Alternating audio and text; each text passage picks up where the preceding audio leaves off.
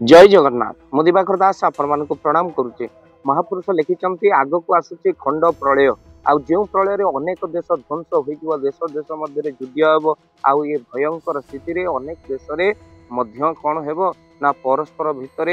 युद्ध हो अनेक देश मानचित्र उभे विश्व मानचित्र। महापुरुष कौन लिखिंट कहले खंड प्रलय होइब खंड प्रलय होइब बहु देश पुणी ध्वंस होई बलो जाई पुल मोर वाक्यटी अटई ध्रुव मोर वाक्यटी अटई ध्रुव। महापुरुष लिखुଛନ୍ତି खंड प्रलय आपण देखिले प्रलयर सूचना मिलला अनेक देश रे सुनामी हैला कार गुडी को डीएसएल खोल भलिया बासुची दुबई रे आकाश रु जेमती बादल फटा वर्षा सेठी डीएसएल खोल भली कि भली कार गुडी को बासला बड़ बड़ कोठा घर भुसुड़ी पड़िला। महापुरुषंकर वाक्य सत्य होईची केबे भारत रे हेबो सूचना नथिले मध्य खंड प्रलयर सूचना मध्य रहिचंती भारत ध्वंस होईजो। ए मनीष एते गर्व अहंकार करना केतेबेले क्षण क्षण के पृथ्वी आन होची केतेबेले ध्वंस होईजो ए पृथ्वी किए कहिबो। महापुरुष लिखिचंती कहले परमाणु युद्ध होइबो देश ध्वंस होइबो देश देश पुणी मध्य रे घोर युद्ध होइबो कहले देश देश मध्य रे घोर युद्ध हेबो भारत मध्य बाद पड़िबो नै कहले एक छत्रवादी शासन किछि देशे होइबो बहु देश लोके मरिबे भारत रे पशिबे अर्थात भारत रे बहु लोक देश लोक मरी पुणी भारत भितर प्रवेश करुथिबे जहा अनुप्रवेशकारी मध्य कुआ जा। आपण देखुचंदी बांग्लादेश रो किछि अनुप्रवेशकारी पहुंचीचंती भारत रे पुणी श्रीलंकार लोक माने पहुंचले तळे सेतबेले श्रीलंका रे कौन देखा गला ना बहु संकट देखा जाइछ। पुनश्च महापुरुष लिखिचंती पहले पहले भारत रु देश विदेशी पुणी शासन हेबो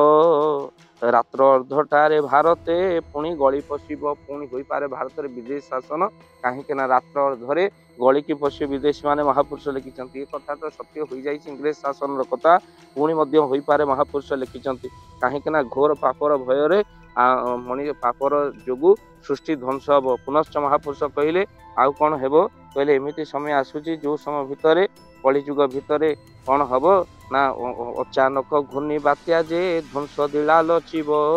कोठावाड़ी उपरे बड़ वृक्ष पड़िब जेते फसल जे चाषी पुणी उजुड़ी जीव पीड़ परे बसी चाषी जे पुणी मुंड कोड़िब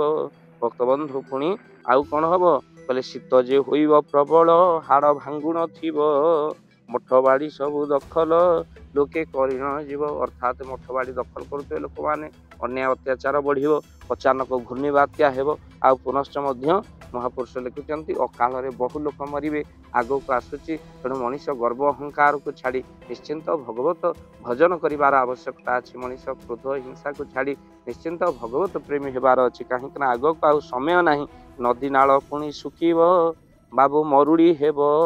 पाप भार जोगु इंद्र जे बरसा न करिबो भक्तबंधु इंद्र वर्षा करिबो नाही पाप भार बहु परिमाण रे बढ़िबो। आपण मान देखिले ओभଳି भाबरे रौद्रताप एबेटी वर्षा होइछि बोली मनीष शांत पड़ी जाइछि पृथ्वी आगो को खंड प्रलय सूचना घूर्णी बात्या हेबो। महापुरुष लिखिछन तेणु गर्व अहंकार को छाड़ी ए मनीष भगवान कर पादरे शरण पस प्रभु को चिंता कर आउ समय नाही आउ बेसी बेल नाही लो बहुल निकटे होइबो देखा पंच सखा माने कहि जाउछन्ति पुराण रचि लेखा अनेक कथा को सुनी पटहास्य करुथेबे ए किछि तो हो नै किछि तो हो नै मिथ्या कथा गुडी को किंतु भक्तबंधु जेतेबेले हेबो सेतेबेले काहा पाखरे सूचना नथिबो काहे कि ना नोहिला नोहिला बोली पडु अछि हुरी होइला बेले चेता नथिबो काहारी जेतेबेले हेबो चेता काहार नथिबो भयंकर दुर्घटना सहित घूर्णी बलय हम ता सहित महापुरुष लिखुचंती देश देश मध्य भयंकर युद्ध हम पोक माछी भली मरिबे लोके भक्तबंधु एथिपाई केवल जार सृष्टि तार दृष्टि से भगवान को चिंता करबा महाप्रभु विश्वर दुख को दूर करंतु कहीं ना से क्षणक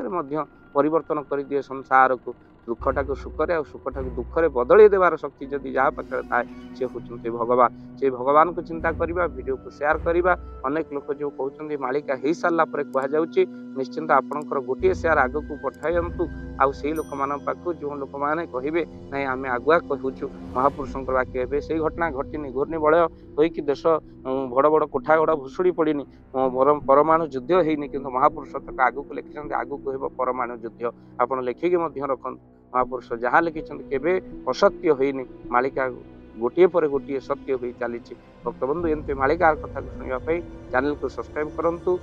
आपण मैंने जदि प्रकृत में भगवत प्रेमी आउ निश्चिंत भाव ଇଷ୍ଟଙ୍କୁ ସ୍ମରଣ କରନ୍ତୁ,